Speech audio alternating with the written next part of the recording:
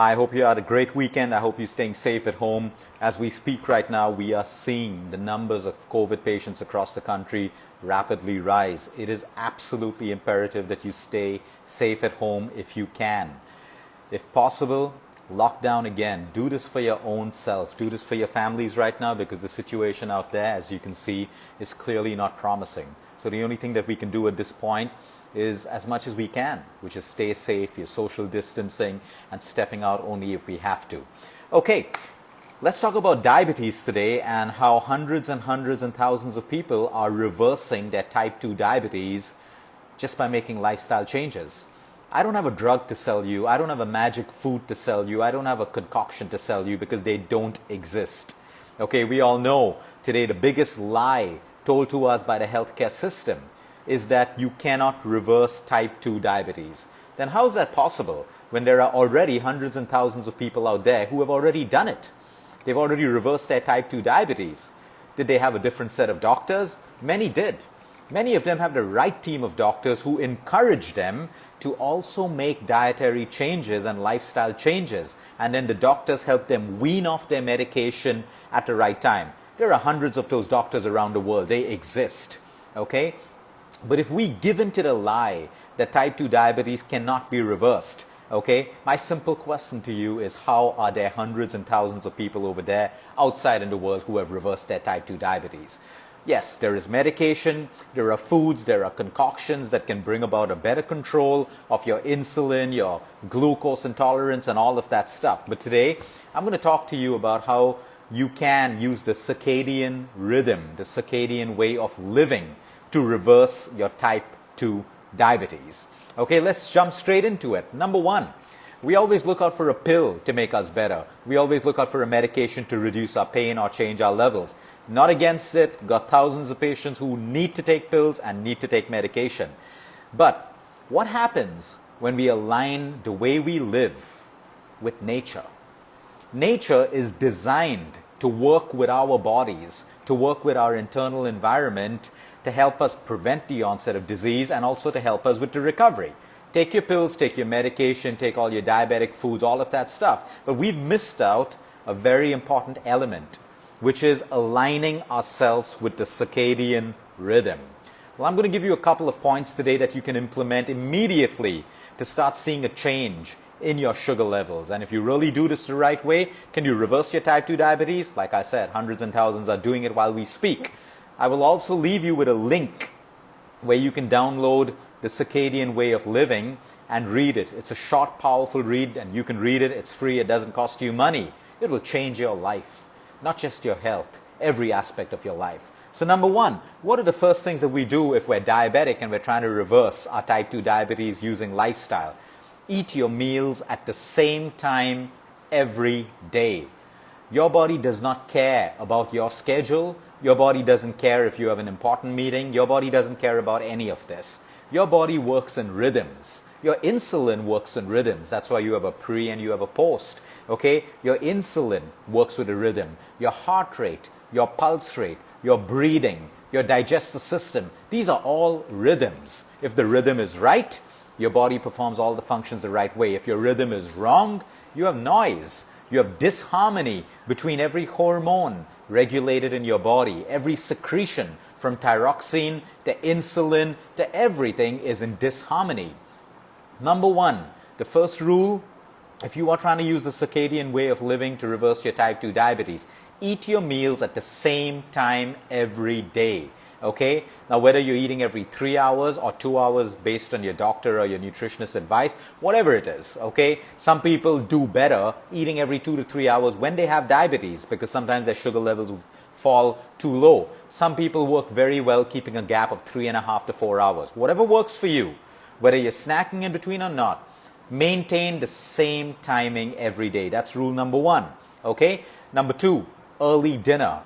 One of India's biggest downfalls when it comes to human health are late dinners.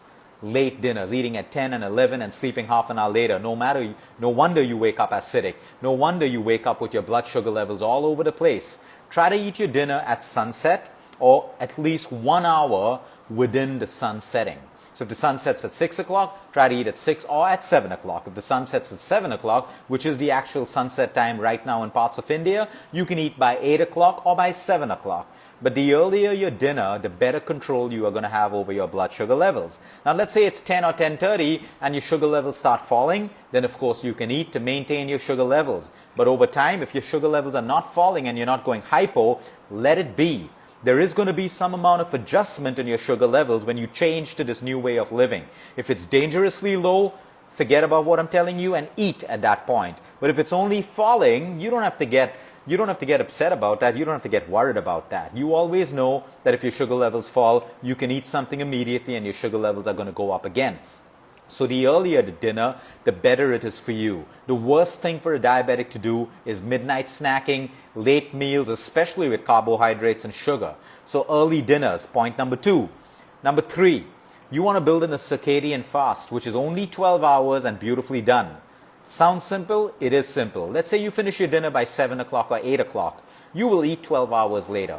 Okay, so you will eat at 7 the next morning or at 8 the next morning. Doable?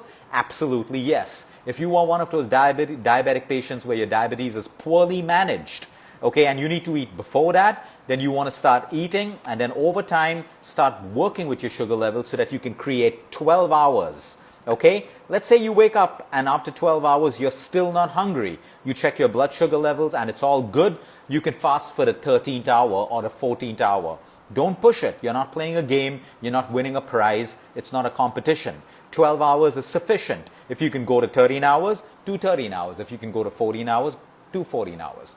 Don't compare what other people are doing. This is your body, your blood sugar levels, and your life. So you focus on what you need to do, not what the world is doing. Okay? So we've done a nice 12 to 14 hour fast. Exercise at the same time every day. Whether you exercise at 8 in the morning or 9 in the morning or 3 in the afternoon or 5 in the evening. Set your time and for the next 1 week, do not change your timing. Exercise at exactly the same time every day.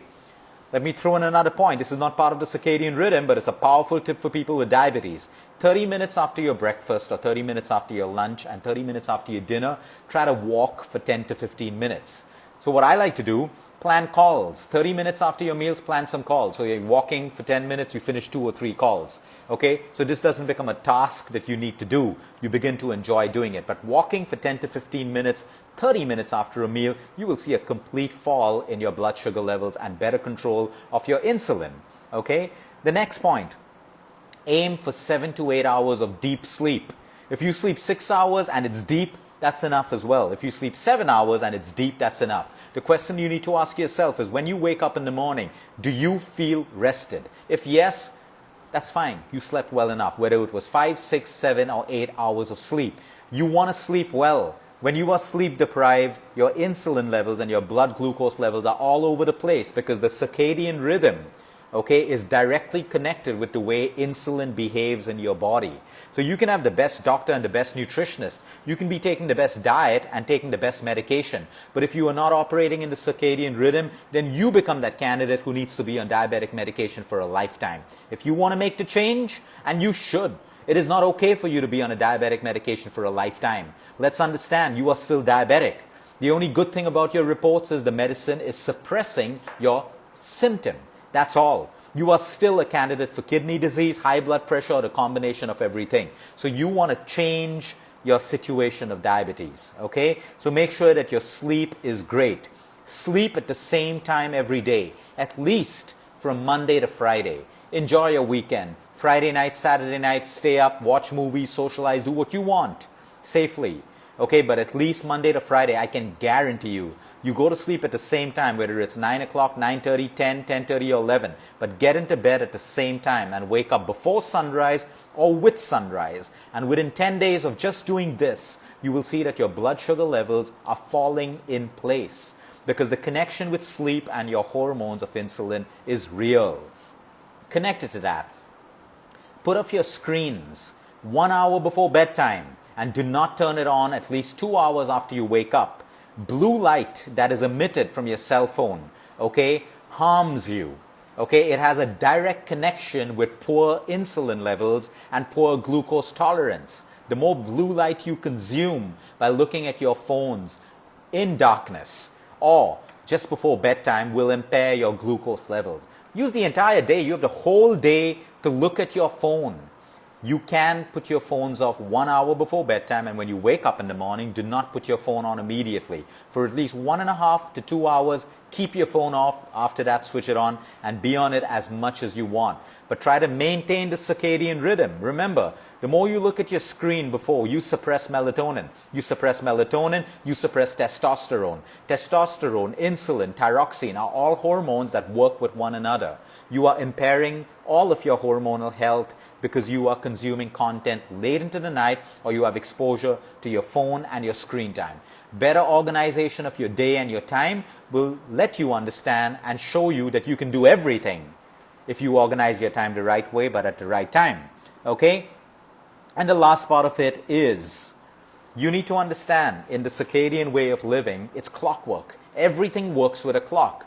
So your meals at the same time, your exercise at the same time, your phone's off, getting into bed at the same time. If you can do these few things that I told you, okay, your diets are going to work better for you, your medication is going to work better for you, and I can guarantee you after a while, your doctor is going to be able to reduce your medication over time, and after a while you will find that your pancreas are working the right way, your cells are working the right way, and your body is able to utilize insulin the right way. Just by aligning yourself with nature and following the circadian rhythm, yes, you can reverse your type 2 diabetes. Have a great week, everyone. Until next time, eat smart, move more, sleep right, and breathe deep.